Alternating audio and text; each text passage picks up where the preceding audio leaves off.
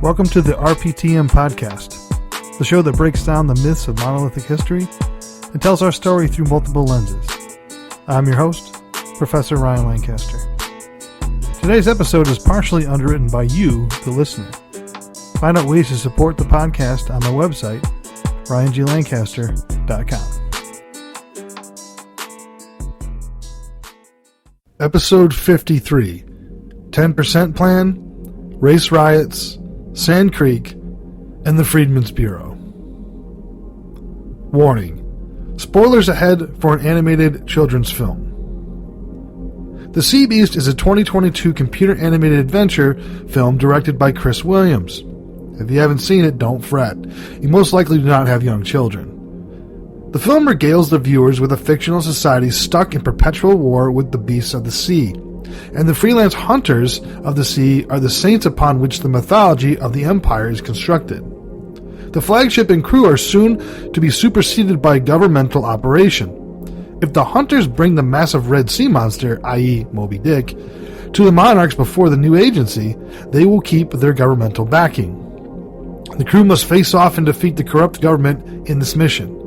In the third act, it is revealed that the war is a farce that perpetuates the ruling class status quo. The beasts aren't varmints, and humans and sea monsters can coexist with each other. The main character is a stowaway orphan girl obsessed with the heroes of these hunters' vessels. She is fixated on the propaganda created by the Empire to maintain and internalize the myth of the Forever War. Her fixation derives from a history book that celebrates the hunters of the past. After being isolated from the crew, the girl discovers the peaceful nature of these leviathans, but she can't seem to forgive that the book lied to her. She gives an elegant speech to the monarchs and citizens at the film's climax. Question the history books is a critical ethical lesson, but which books is a question we should ask ourselves. The protagonist announces, "Our books, our history, is a lie. It was just a story told by them." We need to ask ourselves who them is. A more common idiom is, to the victor goes the spoils, usually implying that whatever side wins a war ends up with the financial resources and riches from their conquered enemies. But as historians, we need to remember that part of the victory is laying claim to the history book. We are righting the wrongs as a means to an end.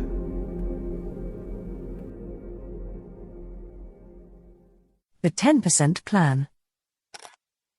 The 10% Plan, formerly the Proclamation of Amnesty and Reconstruction, was a United States presidential proclamation administered on December 8, 1863, by United States President Abraham Lincoln during the American Civil War. By this point in the war, nearly 3 years in, the Union Army had forced the Confederate Army out of several parts of the South, and some Confederate states were ready to revive their governments.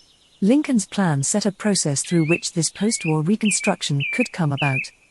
A part of President Lincoln's objectives for the post-war reconstruction of the South, this proclamation legislated that a state in rebellion against the U.S. federal government could be reintegrated into the Union when 10% of the 1860 vote count from that state had taken an oath of allegiance to the U.S. and committed to accept emancipation.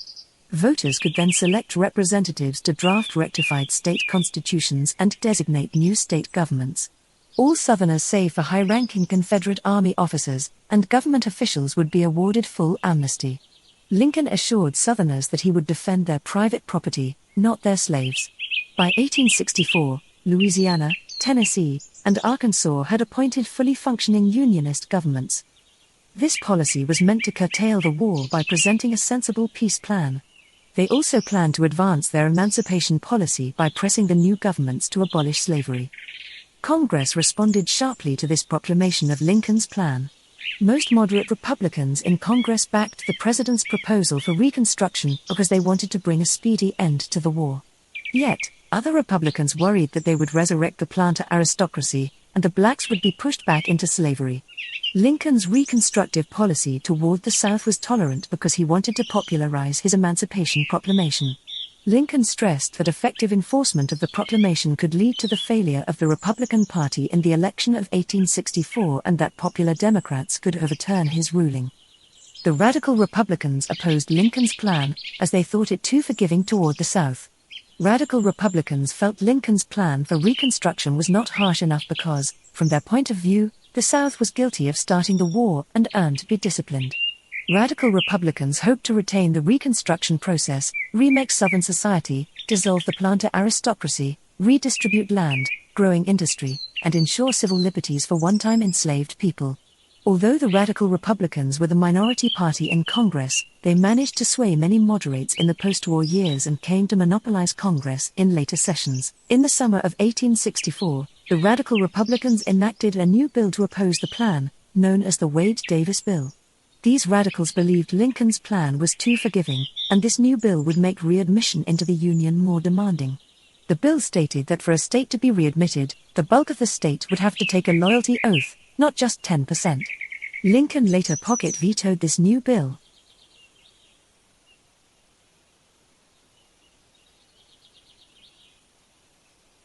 Detroit Race Riot. The Detroit Race Riot of 1863 transpired on March 6, 1863, in the city of Detroit, Michigan, during the American Civil War. The Detroit Free Press reported these circumstances as the bloodiest day that ever dawned upon Detroit. It began due to turmoil among the working class related to bigotry and the military draft and intensified after President Abraham Lincoln issued the Emancipation Proclamation. Established in a free state, some recent immigrants and other workers resented being drafted for a war that they believed was waged for the benefit of enslaved people in the southern United States. They stressed competition from black people. At least 2 civilians were killed, 1 white and 1 black, and numerous others, mostly African Americans, were severely beaten and wounded. In total, 35 buildings were demolished by fire, with many others damaged, and black citizens lost property and cash to the looting and pilfering of the mob. Historians evaluated losses of at least $15,000 to as much as $20,000. More than 200 people, especially black, were left homeless. Although the Michigan legislature suggested recompense, the Detroit City Council declined to approve it. During the months foregoing the riot, social tensions climbed in the city. Located across the Detroit River from Canada, which had abolished slavery in 1834, Detroit was a central station on the Underground Railroad in the antebellum years. It had a white majority but a thriving black community made up of free black people who had relocated there and refugee slaves who escaped the South. Some fugitive slaves chose to settle in Detroit since Michigan was a non-slave state. Democrats monopolized the city council, and many Irish and German expatriates belonged to that party. The Detroit Free Press was a Democratic Party paper that resisted President Abraham Lincoln's conduct during the American Civil War, and its increasing need for recruits. The newspaper endorsed white supremacy and was pro-labor. Following the Emancipation Proclamation of January 1863, the newspaper printed articles that often opposed the interests of blacks. In the months leading up to the riot, the newspaper often published articles connecting blacks to labor issues, blacks to citizenship problems, blacks to the war, and blacks to crime and an all-around degradation of the moral order, stressing how they were a threat to working-class white men, and their limited power.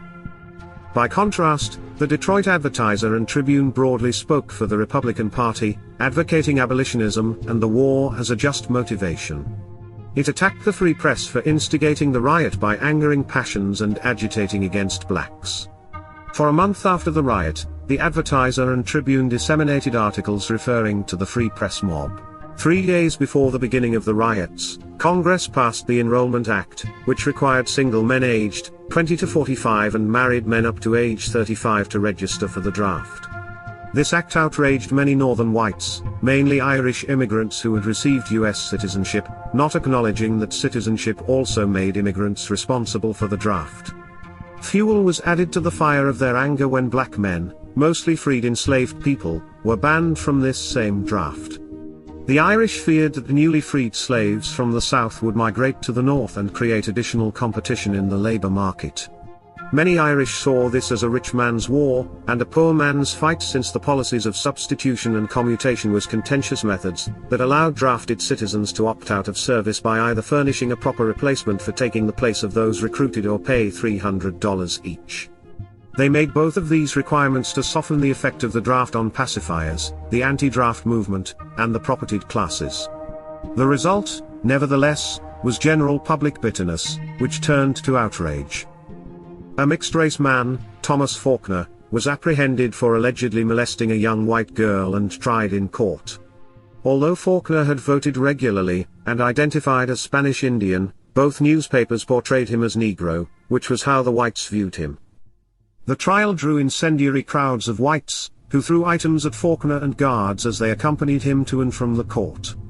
On the second day of the trial, whites started to attack blacks outside the courthouse. The commander of the provost guard chaperoning Faulkner ordered the firing of blanks to push back the crowd. Next, they fired live ammunition, although it is unclear that the commander instructed it. They inflamed the group that they killed a German man named Charles Langer, whom they considered less worthy. They started bombarding black civilians on the street and went to a nearby known black business. Workers attempted to defend it, but the mob burned the shop and adjoining house, intimidating black women and children inside. They assailed the 5 men who fled the flames, severely injuring Joshua Boyd, an escaped enslaved person from the South. He was later beaten more by the mob and died 4 days later. Although grievously hurt, the other 4 men persisted, as did the women and children. Survivors said the mob attacked black businesses and houses, looting them and thieving them from the tenants. The whites ultimately moved past the black area into poor white neighborhoods, resuming the defacement. Some blacks fled the area, going across the Detroit River to Canada, or west to what was then the independent neighborhood of Corktown. The city finally summoned troops from Ypsilanti and Fort Wayne and, by 11 p.m., had quelled the violence. More than 200 blacks and some whites had lost their homes to the destruction, and assessed $20,000 property damage, suffered primarily by blacks. Faulkner was condemned and sentenced to prison for life. Several years later, the 2 girls who testified against him recanted their story, and Faulkner was pardoned. He returned to Detroit, where some white businessmen helped him start a produce business. The city investigated the death of Boyd, but no one was charged with his death. Although the Michigan legislature urged payment for the riot victims, the Detroit City Council, dominated by Democrats, declined to do so. These citizens, who had not been protected and whose property had been stolen and destroyed, were left to recuperate and remake their lives on their own. Due to the riot, the city founded a full-time police force.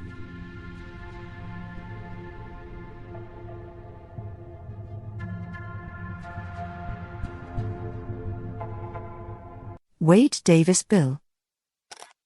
The Wade-Davis Bill of 1864 was a bill to guarantee to certain states whose governments had been usurped or overthrown a Republican form of government, suggested for the Reconstruction of the South. In resistance to President Abraham Lincoln's more forgiving 10% plan, the bill made readmittance to the Union for former Confederate states contingent on a majority in each ex-Confederate state to take the ironclad oath to the effect they had never in the past helped the Confederacy. The bill passed both houses of Congress on July 2, 1864, but was pocket vetoed by Lincoln and never took effect. The radical Republicans were incensed that Lincoln did not sign the bill. Lincoln desired to restore the Union by carrying out the 10% plan. He felt it would be too challenging to fix all of the ties within the Union if the Wade-Davis Bill passed. The Wade-Davis Bill emerged from a plan presented in the Senate by Ira Harris of New York in February 1863. It was written by 2 radical Republicans, Senator Benjamin Wade of Ohio and Representative Henry Winter Davis of Maryland. They submitted to base the Reconstruction of the South on the federal government's power to ensure a Republican form of government. The conditions, critics grumbled, were almost unattainable to meet, thus making it likely to have enduring national control over the previously rebellious states. Although federally levied Reconstruction conditions retrospectively appear rational, there was an overall view that Southern Unionism would return the seceded states to the Union after they broke the Confederacy's military power. They did not wholly forsake this idea until later in 1863. One of Lincoln's complaints was the belief that seceded states needed to rejoin the Union, an idea that saturated the whole bill.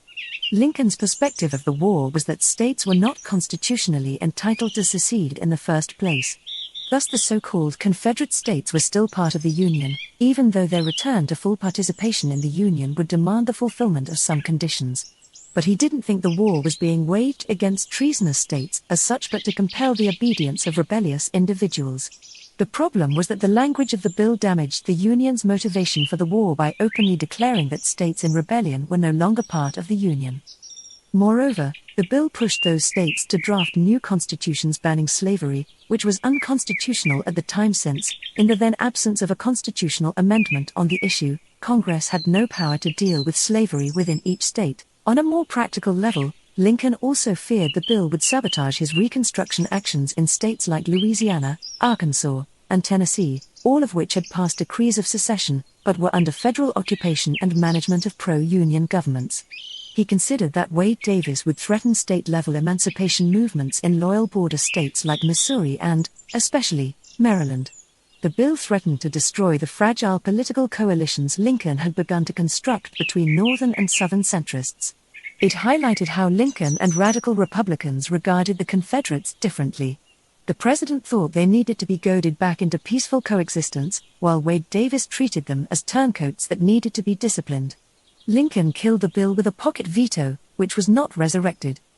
Davis was a bitter enemy of Lincoln because he felt the president was too tolerant in his policies for the South. Davis and Wade printed a manifesto to the supporters of the government on August 4, 1864, indicting Lincoln for using Reconstruction to guarantee electors in the South who would be at the dictation of his ambition and criticizing what they saw as his actions to seize power from Congress. Its sentiments, especially that Congress should be the primary driver of the post-war process and that the presidency should be a weaker office, did affect congressional Republicans during the following years, ultimately leading to Andrew Johnson's impeachment trial. The manifesto backfired, nonetheless, and while it initially caused much debate on the nature of the Reconstruction to come, Davis was not renominated for his congressional seat in Maryland. After Lincoln's death, radical Republicans combated President Andrew Johnson, who tried to enforce a version of Lincoln's plan. Lincoln weathered their attacks and fortified his position with a landslide victory in the 1864 election and national passage of the 13th Amendment in February 1865. He momentarily marginalized the radicals in terms of shaping Reconstruction procedure. The midterm elections of 1866 turned into a referendum on the 14th Amendment and the course of Reconstruction policy. With the Republicans' victory, Congress took control of Reconstruction. The radicals desired a much meaner plan, but they did not try to reimpose the terms of Wade Davis. Instead, they executed the Reconstruction Acts and took control of the former rebel states with the United States Army, which registered black men as voters and blocked some former Confederate leaders from running for office. Sand Creek Massacre. The Sand Creek Massacre was a massacre of Cheyenne and Arapaho people by the U.S. Army in the American Indian Wars that occurred on November 29, 1864, when the 3rd Colorado Cavalry under the command of U.S. Volunteers Colonel John Chivington attacked and destroyed a village of Cheyenne and Arapaho people in southeastern Colorado Territory, killing and mutilating Native American people. Most sources estimate around 150 people were killed, about 2/3 of whom were women and children. At the end of 1863, and the beginning of 1864, they received word that a coalition was to be formed among the Plains tribes to drive the whites out of the country. In the spring and summer of 1864, the Sioux, Comanches, Kiowas, Cheyennes, and Arapahoes were immersed in active aggressiveness, which led to the murder of numerous civilians, the destruction of livestock and crops, supplies to the region being cut off, and the Colorado settlers in jeopardy of starvation or murder at the hands of the Plains tribes. On April 13, a herdsman working for Irving, Jackman, and Company, reported that Cheyennes and Arapahoes had driven off 60 oxen and 12 horses and mules from their camp south of Denver. They sent a small contingent of soldiers to repossess the livestock. The following conflict resulted in the death of 4 of the soldiers, and the tribes retained custody of the stolen livestock. On May 16, less than 15 months after meeting President Lincoln in Washington, Lean Bear, Black Kettle, and others in the tribe were camping on buffalo hunting grounds near Ash Creek. The 1st Colorado Regiment approached the group. Optimistic that this would be a peaceful encounter, Lean Bear went alone to meet the militia to show his peaceful intentions. On his chest, Lean Bear proudly wore the Peace Medal he received on his trip to Washington, D.C. in 1863. He held an official document signed by Lincoln stating that he was peaceful and cordial with whites. What Lean Bear did not realize was that these troops were operating under orders from Colonel John M. Chivington to kill Cheyennes whenever and wherever found. Men were ordered to shoot Lean Bear, who was wounded and fell off his horse. He was then shot repeatedly by the soldiers as they rode past his body on the ground. Newspaper reports and books from the era report that Cheyenne warriors attacked settlers and committed several atrocities in the summer of 1864. In 1864, before the massacre of Sand Creek, there were 32 Indian attacks on record. These resulted in the death of 96 settlers, 21 being wounded, and 8 being captured. Between 250 and 300 head of livestock were stolen, 12 wagon trains and stagecoaches were attacked, burglarized, or destroyed, and they raided 9 ranches and settlements. At dawn on November 29, 1864, approximately 675 U.S. volunteer soldiers commanded by Colonel John M. Chivington attacked a village of about 750 Cheyenne and Arapaho Indians along Sand Creek in the southeastern Colorado Territory. The troops drove the people out of their camp with small arms and howitzer fire. While many escaped the initial onslaught, others, particularly non-combatant women, children, and the elderly, fled into and up the bottom of the dry stream bed. The soldiers followed, shooting at them as they struggled through the sandy earth. Several hundred yards above the village, the women and children frantically excavated pits and trenches along either side of the stream bed to protect themselves. Some adult men attempted to hold back the army with whatever weapons they had managed to retrieve from the camp. At several places along Sand Creek, the soldiers shot people from opposite banks and brought forward the howitzers to assault their improvised defenses. Over 8 hours, the troops killed around 230 Cheyenne and Arapaho people, primarily women, children, and the elderly. During the afternoon and following day, the soldiers wandered over the field, committing atrocities on the dead before departing the scene on December 1st to resume campaigning. The militia scalped its victims, mutilated them, and stuck the women's genitals on poles. Soldiers cut fingers and ears off the bodies for the jewelry they carried. Chivington and his men dressed their weapons, hats, and gear with scalps and other body parts, including human fetuses and male and female genitalia. They publicly displayed these battle trophies in Denver's Apollo Theater and area saloons. A local newspaper praised the militia for its brilliant feat of arms, saying that the soldiers covered themselves with glory.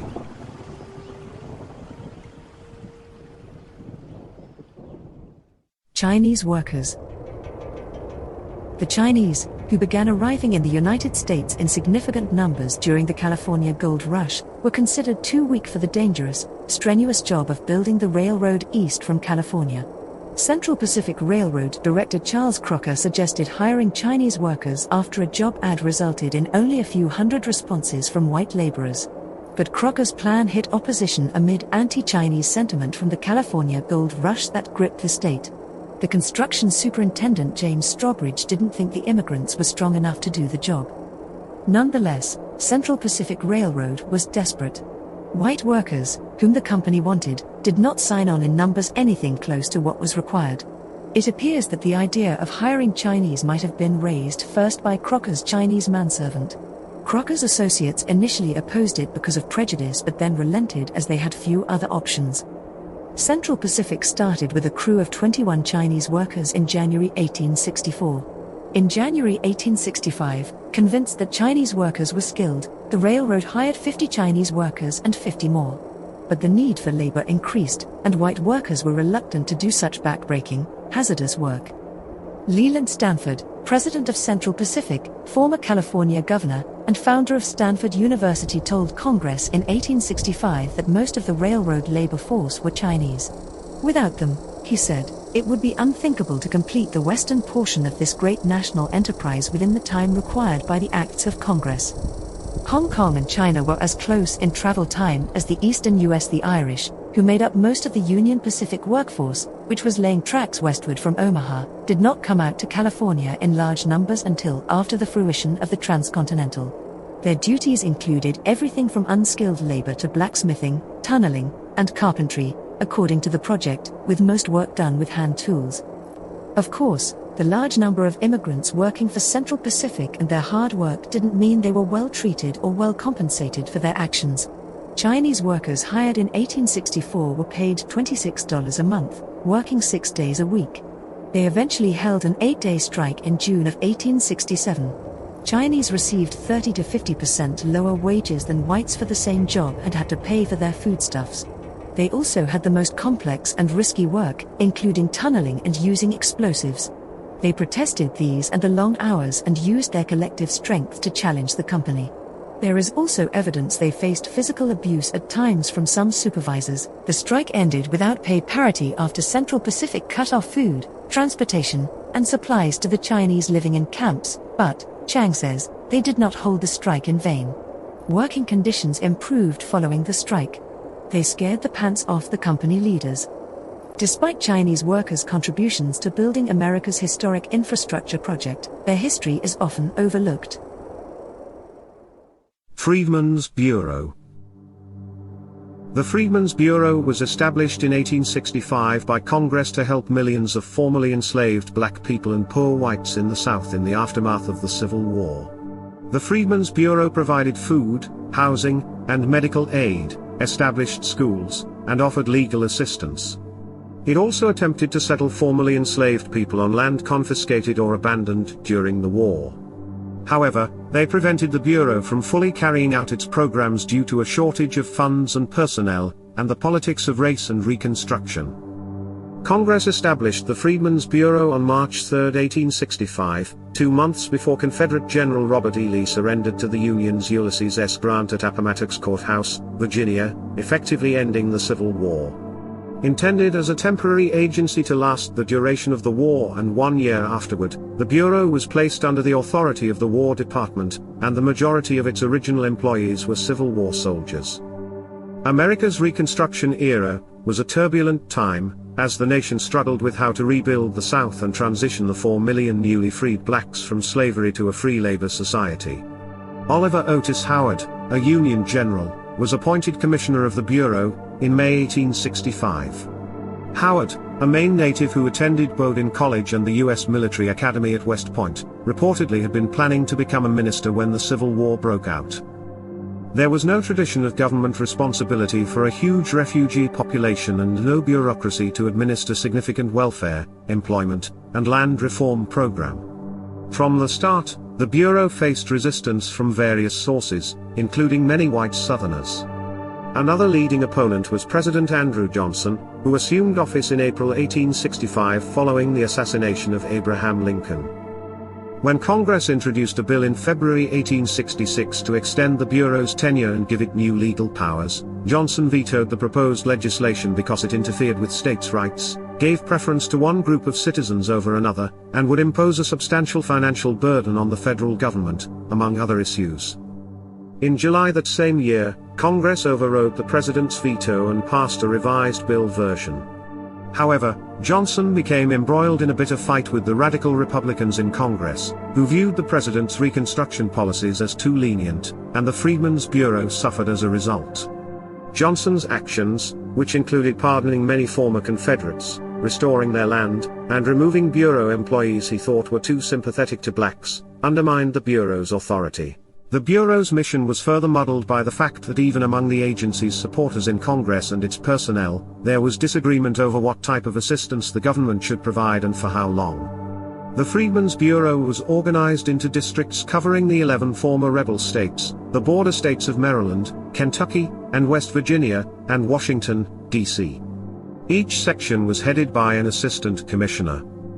The Bureau's achievements varied from one location to another and from one agent to the next. Over its course of existence, the Bureau was underfunded and understaffed, with just 900 agents at its peak. Bureau agents, who acted essentially as social workers and were frequently the only federal representatives in Southern communities, were subjected to ridicule and violence from whites, who viewed the agents as interfering in local affairs by trying to assist blacks. While some agents were corrupt or incompetent, others were hardworking and brave people who made significant contributions. During its years of operation, the Freedmen's Bureau fed millions of people, built hospitals and provided medical aid, negotiated labor contracts for ex-slaves, and settled labor disputes. It also helped formerly enslaved people legalize marriages, locate lost relatives, and assist black veterans. The Bureau also was instrumental in building thousands of schools for blacks and helped to found such colleges as Howard University in Washington, D.C. The Bureau frequently worked with the American Missionary Association and other private charity organizations. Additionally, with little success, the Bureau tried to promote land redistribution. However, most of the confiscated or abandoned Confederate land was eventually restored to the original owners, so there was little opportunity for black land ownership, which was seen as a means to success in society. In the summer of 1872, Congress, responding partly to pressure from white Southerners, dismantled the Freedmen's Bureau. Since that time, historians have debated the agency's effectiveness. A lack of funding, coupled with the politics of race and Reconstruction, meant that the Bureau could not carry out all of its initiatives and failed to provide long-term protection for blacks or ensure any objective measure of racial equality. However, the Bureau's efforts signal the federal government's introduction into social welfare and labor relations issues.